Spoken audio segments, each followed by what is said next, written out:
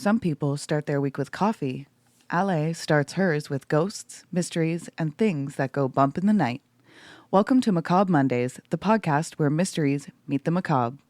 Join Alejandra, a lifelong storyteller with a passion for the strange and spooky, as she shares chilling tales with her husband Tom, who's hearing them for the very first time. It's part marriage, part mayhem, and all mystery. Your weekly escape into haunted history, unsolved oddities, and the darker corners of life. New episodes drop every Monday, so ditch the morning blues and press play on something a little more macabre. Listen to Macabre Mondays wherever you get your podcasts.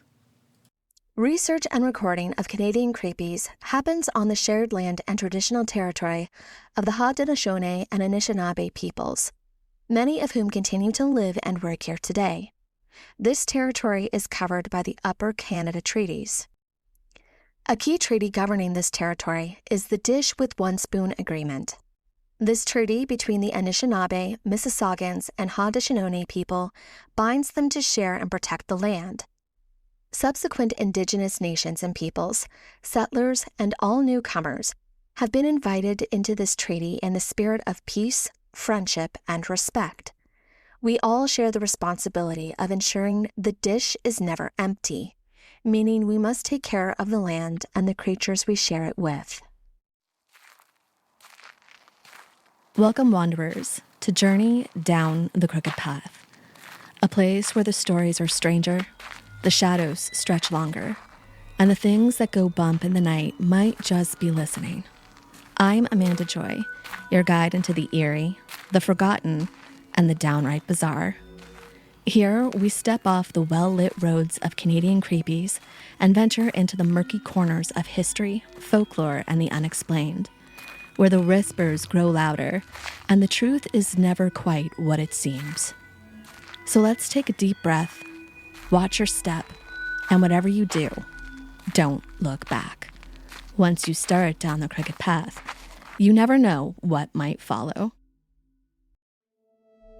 Did you know that famous author Charles Dickens was a member of the Ghost Club in 1862? This is one of the world's earliest organized paranormal investigation groups, which makes sense considering several of his books have themes surrounding the paranormal and ghosts, like A Christmas Carol.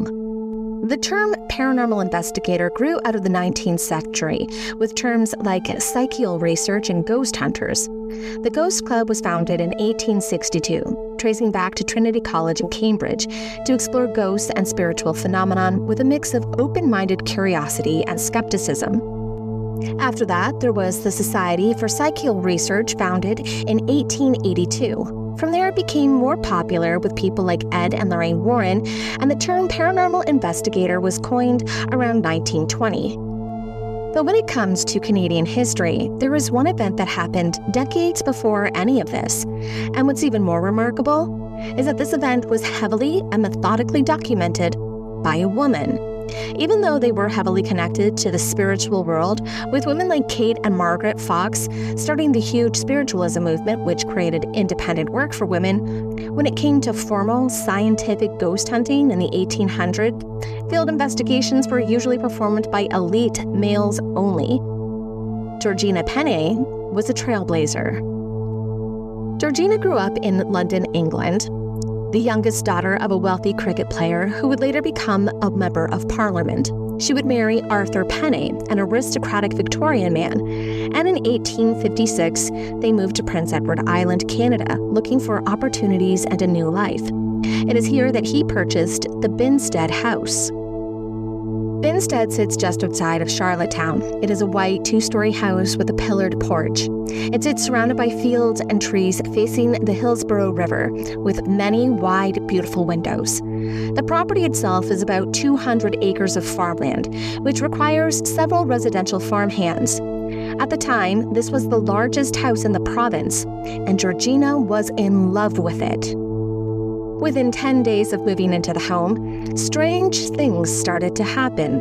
It started off fairly simple with noises throughout the house, a low rumble that vibrated throughout the home. Georgina, who kept detailed journal entries, once wrote that it sounded as if someone was dragging a heavy body across the floor. And this would go on for several weeks. Throughout the winter, the noises intensified. It was no longer just this rumbling sound. Now there were shrieks and sobs, moans, and half-uttered words like someone was trying to speak but couldn't form the proper sounds. The noises would grow and then fade, as if someone was being chased around the house. This is also around the time that Georgina started noticing similar sounds coming from the tree outside the dining room window. Its branches reached up to the spare bedroom window on the second floor. It's almost as if the sounds were coming from the base of the tree, and Georgina was sure that the tree is somehow connected to this supernatural activity. That winter, the family had guests who were visiting, 2 women who stayed the night. They are set up in the upper spare bedroom together. In this room, there is a fire grate that up to this point, the Pennees have never used. But around 2 a.m., one of the women, Mrs. M, wakes up to see a bright light has filled the room, and standing next to the fireplace is a woman she doesn't recognize. This woman is holding a baby in her arms as she stirs the ash in the fireplace with one arm. She slowly turns around and faces the guests. They can see that she's a young woman and she looks sad. Her expression is anxious and pleading. This sounds pretty harmless, but it startles Mrs. M, who starts screaming and wakes up the other guest, who now also sees the woman standing by the fireplace. And both women pull the sheets up over their head in fear, cradling together under the covers. When they finally look again, the woman is gone. Spring arrives and things have only escalated. The noises are louder and more frequent, and in the late spring, the family's youngest daughter is sick.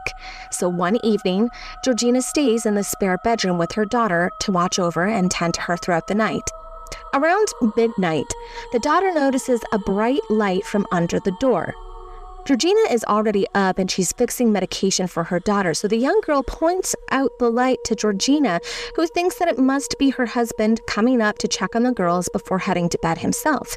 So she opens the door to let him in, but instead of Arthur, she comes face to face with a woman. This woman is just standing there, unmoving on the other side of the door. She's holding a baby in her arms and is wearing a check shawl across her chest. There is a brilliant, bright, but pleasant light surrounding her that Georgina can't tell the source of. Without saying a word, the woman turns around, walks across the staircase, and just vanishes into the wall that leads into the farmhand's quarter. And then she's gone. Now, according to her journal entries, Georgina isn't afraid of this apparition. She is fascinated. Neither she nor her daughter are alarmed at all by this. The dog doesn't even bark. Instead of seeming frightening, the woman seems to have this look of agonizing entry. She is pleading for something. Following this, the Pennees returned to England for a short period of time, returning to Binstead the following year. When they arrive back, one of their farm hands, a man named Harry, reports that the activity has continued in their absence. He specifically says that the creature has been carrying on. The noises are now disturbing the farm hands as they are trying to work and sleep. It's been problematic. Harry tells him that he started locking his bedroom door every night to keep the spirit of this ghost woman out, but really it only helps mentally. This doesn't stop her from actually entering his room. Nightly, she stands at the foot of his bed, holding her baby, and just watches him. She says nothing. She doesn't move. Beyond this, he refuses to talk any more about it, and it's obvious to both Georgina and Arthur that this man is genuinely terrified, so he clearly isn't making this up just to prank them. Eventually, the family does move out of the home, and they leave for Quebec in 1859. Georgina hears nothing more about the house or the phantom woman wandering the halls for nearly 20 years. When she does come back to Prince Edward Island years later, a parish priest approaches her with a letter. It's from the wife of the current owner of the home, and she is begging the priest to deliver them from the torment of this ghost. And this priest wants to talk to Georgina about her past time living at the house. Georgina is fascinated that the activity is still happening in the home, so she starts looking into the history of Binstead before her and her family lived there. And what she uncovers explains the ghost woman, but also reveals a very tragic history. Georgina learns that the house was once owned by a man named Charles Braddock. He was described by those who knew him as a man of low taste and immoral habits. As a wealthy businessman, he owned farms and mills and also a shipyard. He was also rumored to be somewhat of an addict. While living in the home, he employed 2 sisters, daughters of a local laborer who lived in a small hovel about 3 miles closer to town. And while working there, both of the sisters ended up pregnant with illegitimate children, and both had boys, which was very much a scandal at the time. It's clear to most that Braddock was the father. Of course, he does nothing to support either woman beyond their employment. Georgina learns by going back through local newspapers that one of the sisters and one of the babies disappeared. But how and when they vanished, she never really figures out. The island newspaper says that Braddock had 2 sons around the same time, but one of them died. It does not list a cause of death, however, there was no inquiry into the child's death. Shortly after this, the other sister quits her job at Binstead Manor and she flees to the United States. But before she leaves, she returns to her father's home and she leaves with her parents, her child. But she also tells them a chilling revelation. This baby is not her son, it's her sister's. Her son is the child that actually died. Beyond this, she gives no further details and leaves for America, never to be heard or seen from again. All the while, Harry has still been working as a farmhand for Binstead, and Georgina wants to talk to him some more about the hauntings. She realizes that all this time, she doesn't even know what Harry's last name is, so she asks him, and he tells her, Newberry. And Georgia realizes Harry Newberry is the name of the infant boy, the surviving one that the sister had left behind. From this, Georgina concludes that the ghost woman is Harry's mother, which explains why the woman would stand at the foot of his bed.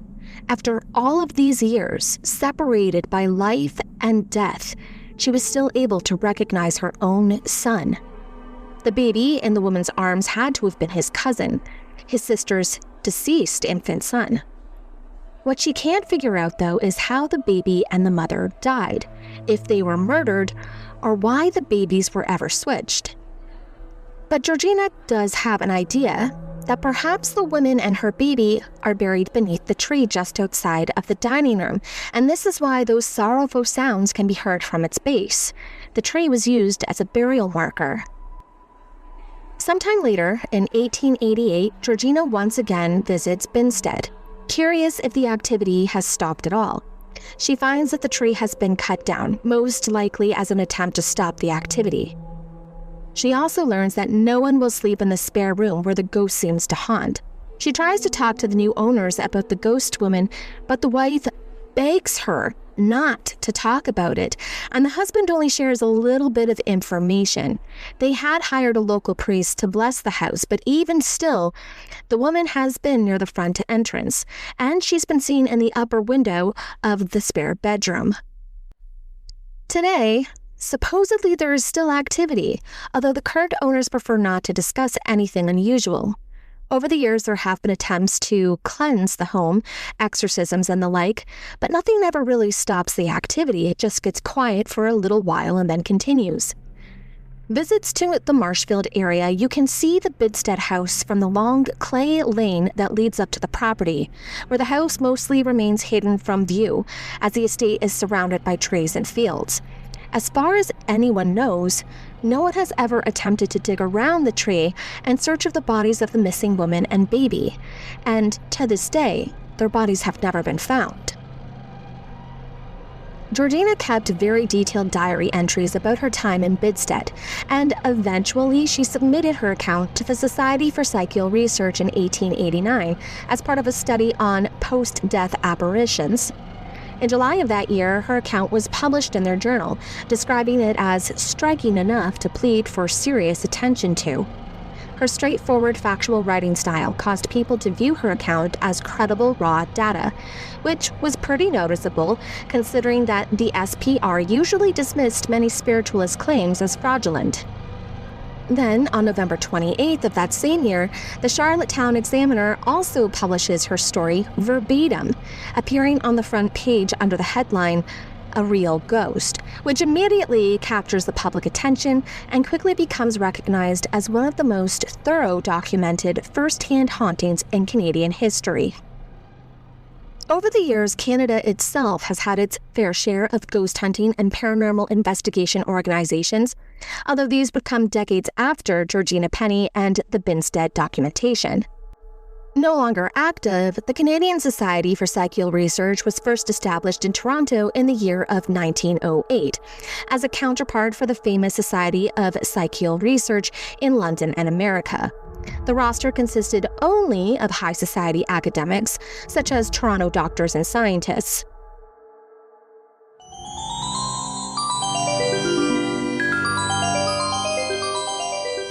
You. Yeah, you. Still haunting the same old fast fashion? Time to dig up something better with Back from the Dead Goods, a Canadian small business where forgotten threads get a second life and sustainability meets spooky.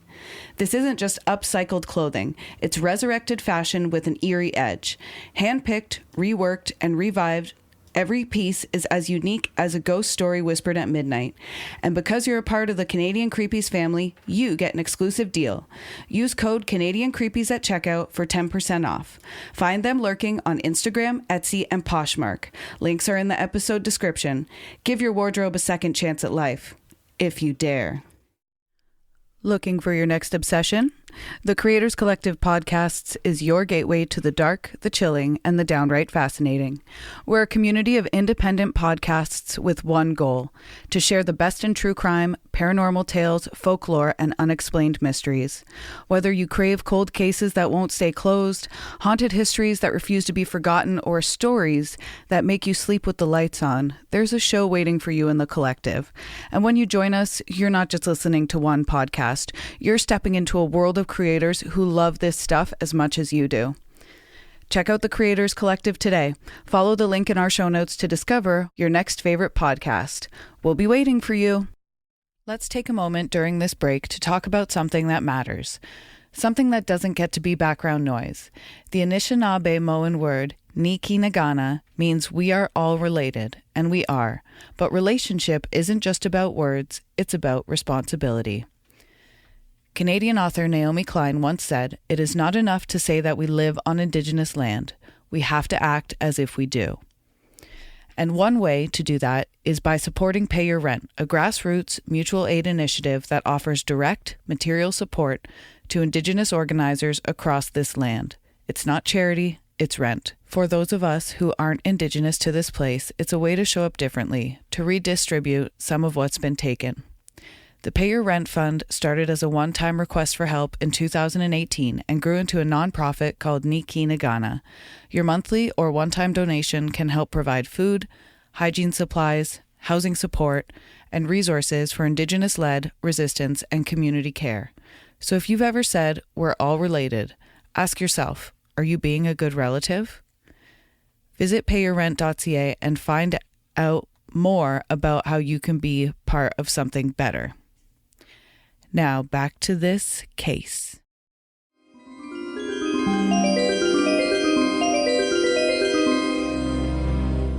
They rejected casual folklore and instead focused on testing mediums, checking the validity of mental telepathy, and investigating local claims of survival after death using strict scientific methods. The group eventually dissolved in 1916, primarily due to disruptions and the shift of public focus during the First World War. Currently, the oldest active paranormal society in Canada is the Searchers Group, which was also founded in Ontario by Richard Pomisano in 1978, when he was just 19 years old. His objective was to move away from the sensationalized ghost hunting to pioneer a technical and science-first approach to parapsychology, which is the study of paranormal activity and abnormalities. For many years, he had worked in law enforcement, security, and surveillance, and he adapted techniques in those fields to paranormal field research, like chain of custody, interview techniques, and observation methods. The group itself operates as a public service, providing their investigations free of charge to families struggling with terrifying or unexplainable anomalies. The group relies heavily on environmental debunking rather than hunting for actual ghosts. They use EVP sensors, motion detectors, and closed-circuit surveillance cameras. They have built custom environmental data sensors to record fluctuations in electromagnetic fields, temperature, and atmospheric energy. Following this, in 2011, Richard also founded the Canadian Institute of Parapsychology to formally educate the public regarding survival research, hauntings, and life after death. Thanks to their work, the group compiled a lifetime methodology in the Complete Paranormal Investigation Handbook, which was released by publication house Llewellyn worldwide. One of their most famous investigations was that of the Lakeshore Mansion. The team conducted a 3-year-long study of the home, which is a sprawling estate located on the shores of Lake Ontario in Mississauga, Ontario. During the daytime, the mansion seemed perfectly normal, but as soon as the sun dipped below the horizon, temperatures dropped much lower than the rest of the surrounding area. The team always felt like they were being watched, and they recorded localized shadows moving through the walls and the outside pathways, even though no light source could explain their origins. Microphones regularly picked up low voices that would talk to each other or muttering to themselves, when no living person was even on the property. During one day, an investigator had dropped a glowing cigarette butt to the front stone pathway, and several team members watched the orange glow vanish in mid-air before it ever even touched the ground, and no one could find the cigarette butt afterwards. It just disappeared. Their investigation showed that the spirits of this house were organized and protected one another, hiding things from investigators. Their overall findings and investigation was published in the book Ghosts, an investigation into a true Canadian haunting by Dundrum Press. Georgina's investigation was different for its time for several reasons. One was that the 1850s routinely treated women, especially those who did or experienced anything that was outside of social norms, quite cruelly. Typically, if a Victorian woman was hearing terrifying shrieks and disembodied voices, followed by a glowing midnight figure, well, that usually landed her in a hospital being treated for her fragile nerves and hysteria. Some have suggested that because neither she nor her daughter reported being frightened by the apparition and the ghostly sounds, they were able to bypass the traditional idea of hysteria, almost acting as if they had intellectual authority over the environment. And while during this time there was a rather large open-mindedness towards spirit communication and the existence of life after death, the investigation part of this was usually left to men. At this time, the spiritualist movement was gaining traction. This is a religious and social movement based on the belief that not only is there life beyond death, but that we are able to communicate with the deceased after their deaths. On the other side, there is far more knowledge available, and with that they can guide us morally, spiritually, and even with everyday problems. And we can communicate with them through various methods, but primarily psychic mediums. The movement was recognized for it aiding in women's rights, as many of the mediums and spiritualists were women. They were the passive instruments used to communicate with spirits through channeling, automatic writing, and seances. It was one of those rare forms of honest work a woman could do without a man's interference, although that honest part could be a bit of a stretch, considering many of them were actually frauds, but still. When it came to the actual investigation of the paranormal, well, that was usually left for the men, who were seen as being more scientific and usually allowed educational access. But Georgina, she flipped that script. Instead of sitting in a dark room in a deep trance, she took on the role of researcher and investigator herself. And unlike so many, her results were highly regarded, which usually women were always considered skeptical witnesses. This case also highlights the brutal social realities of lower-class women experienced in Victorian Canada. A wealthy male employs two impoverished sisters who probably thought they had hit the jackpot landing such a great job, and they ended up having two children out of wedlock, which was considered a massive social crisis and often ruined women at the same time, making it hard for them to find decent work elsewhere. It resulted in the suspected death of a sister and panic fleeing of another one infant dead and one orphaned. It is unclear whether or not the ghostly woman still roams the hallways of Binstead searching for her lost baby. We may never discover the truth of what happened to them or where their bodies are. Georgina wasn't afraid when she came across the woman's spirit, and that leaves us wondering, how many other spirits are out there, not wanting to terrify us? They're just looking for someone brave enough to finally sit in the dark, listen, and tell their story. Thanks for joining me on this eerie journey through Canada's darker corners. If you love this episode of Canadian Creepies, be sure to follow Valerie on Instagram and TikTok at Canadian Creepies. She's the one behind the socials, sharing behind-the-scenes stories, creepy photos, and sneak peeks of upcoming episodes. And if you're craving even more haunted history and twisted folklore, be sure to check out my other podcast, Down the Crooked Path. You can follow the show on Instagram and TikTok for even more haunted history, mythical madness, and spine-tingling storytelling. Come say hi, share your own creepy encounters, and help us keep the weird alive. Until next time, stay curious and stay creepy.